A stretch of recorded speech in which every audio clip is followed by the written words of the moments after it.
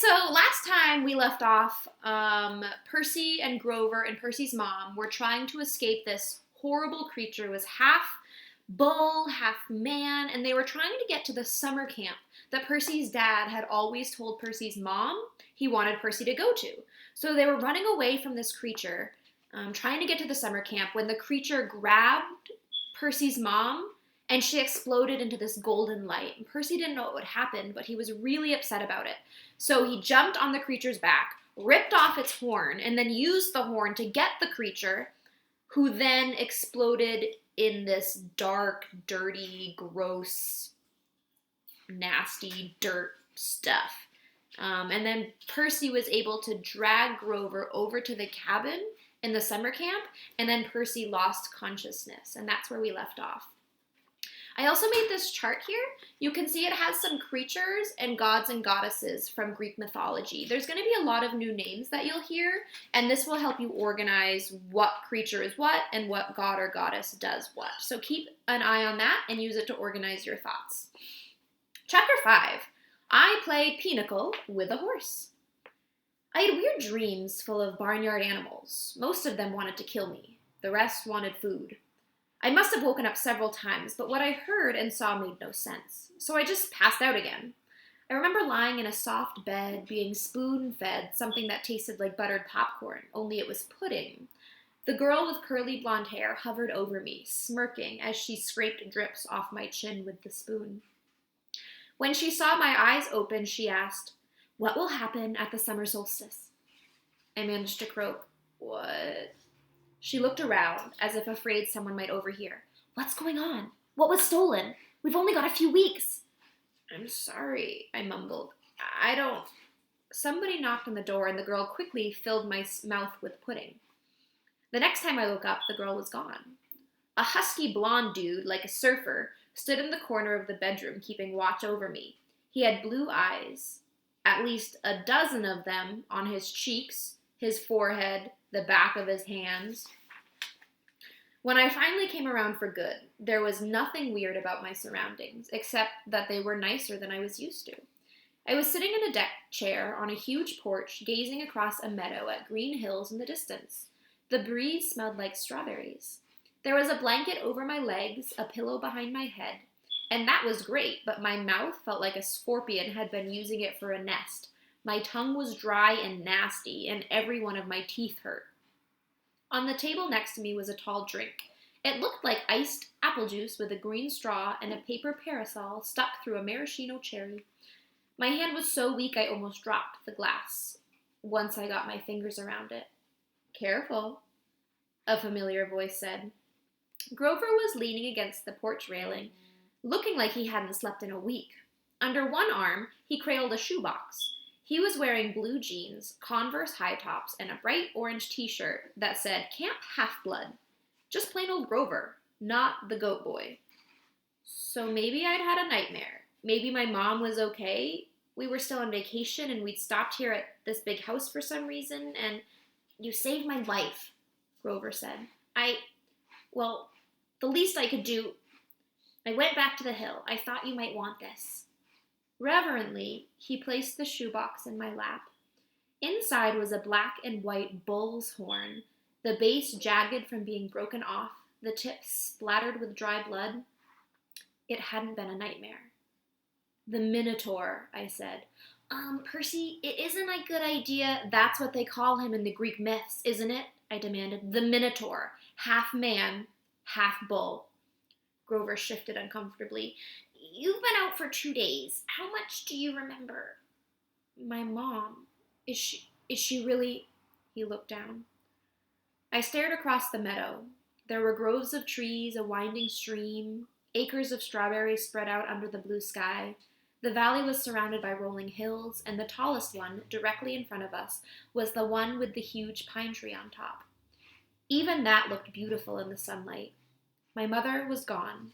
The whole world should be black and cold. Nothing should look beautiful.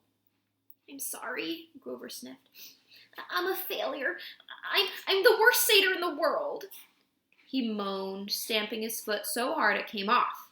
I mean, the Converse high top came off. The inside was filled with styrofoam, except for a hoof-shaped hole. "Oh, sticks," he mumbled. Thunder rolled across the clear sky. As he struggled to get his hoof back in the fake foot, I thought, well, that settles it. Grover was a satyr. I was ready to bet that if I shaved his curly brown hair, I'd find tiny horns on his head, but I was too miserable to care that satyrs existed, or even minotaurs. All that meant was my mom really had been squeezed into nothingness, dissolved into yellow light. I was alone, an orphan. I would have to live with Smelly Gabe? No, that would never happen. I would live on the streets first. I would pretend I was 17 and join the army. I'd do something. Grover was still sniffling. The poor kid, poor goat, satyr, whatever, looked as if he'd expected to be hit. I said, "It wasn't your fault." "Yes, it was. I was supposed to protect you." "Did my mother ask you to protect me?" "No, but that's my job. I'm a keeper. At least, I was." "But why?" I suddenly felt dizzy, my vision swimming. "Don't strain yourself," Grover said. "Here." He helped me hold my glass and put the straw to my lips. I recoiled at the taste because I was expecting apple juice. It wasn't that at all. It was chocolate chip cookies. Homemade blue chocolate chip cookies, buttery and hot, with the chips still melting. Drinking it, my whole body felt warm and good and full of energy. My grief didn't go away, but I felt as if my mom had just brushed her hand against my cheek, given me a cookie the way she used to when I was small, and told me everything was going to be okay. Before I knew it, I drained the glass. I stared into it, sure that I just had a warm drink, but the ice cubes hadn't even melted. "Was it good?" Grover asked. I nodded. "What did it taste like?" He sounded so wistful, I felt guilty. "Sorry," I said. I should have let you taste." His eyes got wide. "No, that's not what I meant. I just wondered." "Chocolate chip cookies," I said. "My mom's, homemade." He sighed. "And how do you feel?" "Like I could throw Nancy Bobofit 100 yards. "That's good," he said. "That's good. I don't think you could risk drinking any more of that stuff." "What do you mean?" He took the empty glass from me gingerly, as if it were dynamite, and set it back on the table. "Come on, Chiron and Mr. D are waiting." The porch wrapped all the way around the farmhouse. My legs felt wobbly trying to walk that far. Grover offered to carry the Minotaur horn, but I held on to it. I'd paid for that souvenir the hard way. I wasn't going to let it go. As we came around the opposite end of the house, I caught my breath. We must have been on the north shore of Long Island, because on this side of the house, the valley marched all the way up to the water, which glittered about a mile in the distance. Between here and there, I simply couldn't process everything I was seeing. The landscape was dotted with buildings that looked like ancient Greek architecture. An open-air pavilion, an amphitheater, a circle arena, except that they all looked brand new, their white marble columns sparkling in the sun. In a nearby sandpit, a dozen high school-aged kids and satyrs played volleyball. Canoes glided across a small lake. Kids in bright orange t-shirts like Grover's were chasing each other around a cluster of cabins nestled in the woods. Some shot targets at an archery range, others rode horses down a wooded trail, and, unless I was hallucinating, some of their horses had wings. Down at the end of the porch, two men sat across from each other at a card table. The blonde-haired girl, who'd spoon-fed me popcorn-flavored pudding, was leaning on the porch rail next to them. The man facing me was small but porky. He had a red nose, big watery eyes, and curly hair so black it almost looked purple. He looked like one of those paintings of baby angels. What do you call them? Hubbubs? No, cherubs. That's it. He looked like a cherub who turned middle-aged in a trailer park. He wore a tiger-pattern Hawaiian shirt, and he would have fit right in at one of Gabe's poker parties, except I got the feeling that this guy could have out-gambled even my stepfather. "That's Mr. D," Grover murmured to me. "He's the camp director. Be polite." "The girl? That's Annabeth Chase. She's just a camper, but she's been here longer than just about anyone. And you already know Chiron." He pointed at the guy whose back was to me. First, I realized he was sitting in the wheelchair. Then I recognized the tweed jacket, the thinning brown hair, the scraggly beard. "Mr. Brunner!" I cried. The Latin teacher turned and smiled at me. His eyes had this mischievous glint they sometimes got in class when he pulled a pop quiz and made all the multiple choice answers B. "Ah, good, Percy," he said. "Now, we have 4 for Pinnacle." He offered me a chair to the right of Mr. D, who looked at me with those bloodshot eyes, and heaved a great sigh. Oh, I suppose I must say it. Welcome to Camp Half-Blood. There, now don't expect me to be glad to see you. Thanks. I scooted a little farther away from him, because if there was one thing I'd learned from living with Gabe, it was how to tell when an adult has been hitting the happy juice. Annabeth, Mr. Brunner called to the blonde girl. She came forward, and Mr. Brunner introduced us. This young lady nursed you back to health, Percy. Annabeth, my dear, why don't you go check on Percy's bunk? We'll be putting him in cabin 11 for now. Annabeth said, Sure, Chiron. She was probably my age, maybe a couple of inches taller, and a whole lot more athletic looking. With her deep tan and curly blonde hair, she was almost exactly what I thought a stereotypical California girl would look like, except her eyes ruined the image. They were startling gray, like storm clouds. Pretty, but intimidating too, as if she were analyzing the best way to take me down in a fight. She glanced at the minotaur horn in my hands, then back at me. I imagined she was going to say, You killed a minotaur, or Wow, you're so awesome, or something like that. Instead, she said, You drool when you sleep. Then she sprinted off down the lawn, her blonde hair flying behind her. So, I said, anxious to change the subject, you, work here, Mr. Brunner? Not Mr. Brunner, the ex-Mr. Brunner said. I'm afraid that was a pseudonym. You may call me Chiron. Okay. Totally confused, I looked at the director. And Mr. D, does that stand for something? Mr. D stopped shuffling the cards. He looked at me like I just belched loudly. Young man, names are powerful things. Don't just go around using them for no reason. Oh, right, sorry. I must say, Percy, Chiron Brunner broke in, I'm glad to see you alive. It's been a long time since I've made a house call to a potential camper. I'd hate to think I'd wasted my time. House call? My year at Yancey Academy to instruct you. We have satyrs at most schools, of course, keeping a lookout, but Grover alerted me as soon as he met you. He sensed you were something special, so I decided to come upstate. I convinced the other Latin teacher to, take a leave of absence. I tried to remember the beginning of the school year. It seemed like so long ago, but I did have a fuzzy memory of there being another Latin teacher my first week at Yancey. Then, without explanation, he disappeared, and Mr. Brunner had taken the class. You came to Yancey just to teach me? I asked. Chiron nodded. Honestly, I wasn't sure about you at first. We contacted your mother, let her know we were keeping an eye on you in case you were ready for Camp Half-Blood. But you still had so much to learn. Nevertheless, you made it here alive, and that's always the first test. Grover, Mr. D said impatiently. Are you playing or not?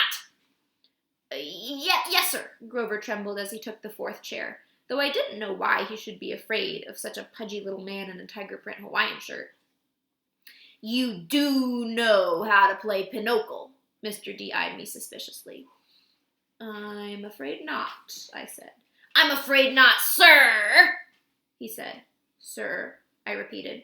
I was liking the camp director less and less. Well, he told me, it is, along with gladiator fighting and Pac-Man, one of the greatest games ever invented by humans. I would expect all civilized young men to know the rules. I'm sure the boy can learn, Chiron said. Please, I said, what is this place? What am I doing here? Mr. Chiron, why would you go to Yancey Academy just to teach me? Mr. D snorted. I asked the same questions. The camp director dealt the cards. Grover flinched every time one landed in his pile. Chiron smiled at me sympathetically, the way he used to in Latin class, as if to let me know that no matter what my average was, I was his star student. He expected me to have the right answer. Percy, he said, did your mother tell you nothing? She said, I remembered her sad eyes looking out over the sea. She told me she was afraid to send me here, even though my father had wanted her to. She said that once I was here, I probably couldn't leave.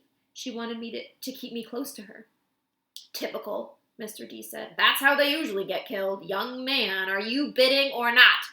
What? I asked. He explained impatiently how you bid in pinochle, and so I did. I'm afraid there's too much to tell, Chiron said. I'm afraid our usual orientation film won't be sufficient. Orientation film? I asked. No, Chiron decided. Well, Percy, you know your friend Grover is a satyr. You know, he pointed to the horn in the shoebox, that you have killed the Minotaur. No small feat either, lad. What you may not know is that great powers are at work in your life. Gods, the forces you call the Greek gods, are very much alive. I stared at the others around the table. I waited for somebody to yell, "Not!" But all I got was Mr. D yelling, "Oh, a royal marriage! Trick, trick!" He cackled as he tallied up his points. "Mr. D," Grover asked timidly, "if you're not going to eat it, could I have your Diet Coke can?" Oh, all right. Grover bit a huge shard out of the empty aluminum can and chewed it mournfully. "Wait," I told Chiron, "you're telling me there's such a thing as God?" "Well now," Chiron said, "God, capital G, God. That's a different matter altogether. We shan't deal with the metaphysical." Metaphysical? But you were just talking about, gods, plural, as in great beings that control the forces of nature and human endeavors, the immortal gods of Olympus. That's a smaller matter. Smaller? Yes, quite. The gods we discussed in Latin class. Zeus, I said. Hera, Apollo, you mean them? And there it was again. Distant thunder on a cloudless day. "Young man," said Mr. D, "I would really be less casual about throwing those names around if I were you." "But they're stories," I said. "They're myths to explain lightning and the seasons and stuff. That's what people believed before there was science." "Science!" scoffed Mr. D. "And tell me, Percy Jackson," I flinched when he said my real name, which I never told anybody, "what will people think of your science 2,000 years from now?" Mr. D continued. "They'll call it primitive mumbo-jumbo. That's what. Oh, I love mortals. They have absolutely no sense of perspective. They think they've come so far. And have they, Chiron? Look at this boy and tell me." I wasn't liking Mr. D much, but there was something about the way he called me mortal, as if he wasn't. It was enough to put a lump in my throat, to suggest why Grover was dutifully minding his cards, chewing a soda can, and keeping his mouth shut. "Percy," Chiron said, "you may choose to believe or not, but the fact is that immortal means immortal. Can you imagine that for a moment, never dying, never fading, existing just as you are for all time?" I was about to answer, off the top of my head, that it sounded like a pretty good deal, but the tone of Chiron's voice made me hesitate. "You mean whether people believed you or not?" I said. "Exactly," Chiron agreed. "If you were a god, how would you like being called a myth, an old story to explain lightning? What if I told you, Perseus Jackson, that someday people would call you a myth, just created to explain how little boys can get over losing their mothers?" My heart pounded. He was trying to make me angry for some reason, but I wasn't going to let him. I said, "I wouldn't like it, but I don't believe in gods." "Oh, you better," Mr. D murmured, "before one of them incinerates you." Grover said, "Please, sir, he just lost his mother. He's in shock." "A lucky thing, too," Mr. D grumbled, playing a card. "Bad enough I'm confined to this miserable job, working with boys who don't even believe." He waved his hand and a goblet appeared on the table, as if the sunlight had bent momentarily and woven the air into a glass. The goblet filled itself with red wine. My jaw dropped, but Chiron hardly looked up. "Mr. D," he warned, "your restrictions." Mr. D looked at the wine in feigned surprise. "Dear me!" He looked as if the sky had yelled, "Old habit, sorry!" More thunder. Mr. D waved his hand again, and the wine glass changed into a fresh can of Diet Coke. He sighed unhappily, popped the top of the soda, and went back to his card game. Chiron winked at me. "Mr. D offended his father a while back, took a fancy to a wood nymph who had been declared off limits." "A wood nymph," I repeated, still staring at the Diet Coke can like it was from outer space. "Yes," Mr. D confessed. "Father loves to punish me. The first time, prohibition. Ghastly. Absolutely horrid. 10 years. The second time, well, she really was pretty. I couldn't stay away. The second time he sent me here. Half-Blood Hill, summer camp for brats like you. Be a better influence, he told me. Work your youths rather than tearing them down. Ha! Absolutely unfair." Mr. D sounded about 6 years old, like a pouting little kid. "And," I stammered, your father is D Immortalis, Chiron." Mr. D said, "I thought you taught the boy the basics." "My father is Zeus, of course." I ran through D names from Greek mythology. Wine, the skin of a tiger, the satyrs that all seemed to work here, the way Grover cringed as if Mr. D were his master. You're Dionysus, I said, the god of wine. Mr. D rolled his eyes. What do they say these days, Grover? Do the children say, well, duh? Yes, Mr. D.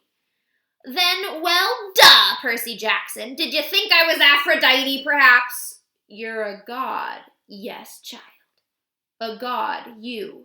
He turned to look at me straight on, and I saw a kind of purplish fire in his eyes, a hint that this whiny, plump little man was only showing me the tiniest bit of his true nature.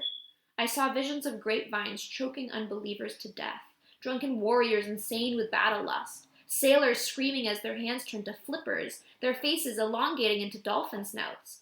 I knew that if I pushed him, Mr. D would show me worse things. He would plant a disease in my brain that would leave me wearing a straitjacket in a rubber room for the rest of my life. Would you like to test me, child? He said quietly. No, sir. The fire died a little. He turned back to his card game. I believe I win. Not quite, Mr. D, Chiron said. He set down a straight, tallied the points, and said, the game goes to me. I thought Mr. D was going to vaporize Chiron right out of his wheelchair, but he just sighed through his nose as if he were used to being beaten by the Latin teacher. He got up, and Grover rose too. I'm tired, Mr. D said. I believe I'll take a nap before the sing-along tonight. But first, Grover, we need to talk, again, about your less-than-perfect performance on this assignment. Grover's face beaded with sweat. Yes, sir. Mr. D turned to me. Cabin 11, Percy Jackson, and mind your manners. He swept into the farmhouse, Grover following miserably. Will Grover be okay? I asked Chiron. Chiron nodded, though he looked a bit troubled. Old Dionysus isn't really mad, he just hates his job. He's been, grounded, I guess you would say, and he can't stand waiting another century before he's allowed to go back to Olympus. Mount Olympus, I said. You're telling me there really is a place there? Well, now, there's Mount Olympus in Greece, and then there's the home of the gods, the convergence point of their powers, which did indeed used to be on Mount Olympus. It's still called Mount Olympus, out of respect to the old ways, but the past moves, Percy, just as the gods do. You mean the Greek gods are here? Like, in America? Well, certainly. The gods move with the heart of the West. The what? Come now, Percy. What you call Western civilization? Do you think it's just an abstract concept? No, it's a living force, a collective consciousness that has burned bright for thousands of years. The gods are part of it. You might even say that they are the source of it, or at least they are tied so tightly to it that they couldn't possibly fade, not unless all of Western civilization were obliterated. The fire started in Greece, then, as you well know, or as I hope you know, since you passed my course, the heart of the fire moved to Rome, and so did the gods, of different names perhaps, Jupiter for Zeus, Venus for Aphrodite, and so on, but the same forces, the same gods. And then they died? Died? No. Did the West die? The gods simply moved to Germany, to France, to Spain for a while. Wherever the flame was brightest, the gods were there. They spent several centuries in England. All you need to do is look at the architecture. People do not forget the gods. Every place they've ruled for the last 3,000 years, you can see them in paintings and statues on the most important buildings, and yes, Percy, of course they are now in your United States. Look at your symbol, the eagle of Zeus. Look at the statue of Prometheus in Rockefeller Center. The Greek facades of your government building in Washington. I defy you to find any American city where the Olympians are not prominently displayed in multiple places. Like it or not, and believe me, plenty of people weren't very fond of Rome either, America is now the heart of the flame. It is the great power of the West, and so Olympus is here, and we are here. It was all too much, especially the fact that I seemed to be included in Chiron's we, as if I were part of some club. Who are you, Chiron? Who am I? Chiron smiled. He shifted his weight as if he were going to get up out of his wheelchair, but I knew that was impossible. He was paralyzed from the waist down. Who are you? He mused. Well, that's the question we all want answered, isn't it? But for now, we should get you a bunk in cabin 11. There will be new friends to meet and plenty of time for lessons tomorrow. Besides, there will be s'mores at the campfire tonight, and I simply adore chocolate. And then he did rise from his wheelchair, but there was something odd about the way he did it. His blanket fell away from his legs, but the legs didn't move. His waist kept getting longer, rising above his belt. At At first, I thought he was wearing very long white velvet underwear, but as he kept rising out of the chair, taller than any man, I realized that the velvet underwear wasn't underwear. It was the front of an animal muscle and sinew under coarse white fur. And the wheelchair wasn't a chair, it was some kind of container, an enormous box on wheels, and it must have been magic because there was no way it could have held all of him. A leg came out, long and knobby kneed with a huge polished hoof, and then another front leg, and then hindquarters, and then the box was empty, nothing but a metal shell with a couple of fake human legs attached. I stared at the horse, who had just sprung from the wheelchair, a huge white stallion, but where its neck should be was the upper body of my Latin teacher, smoothly grafted to the horse's trunk. "What a relief," the centaur said. "I'd been cooped up in there so long, my fetlocks had fallen asleep. Now come, Percy Jackson, let's meet the other campers." End of chapter 5.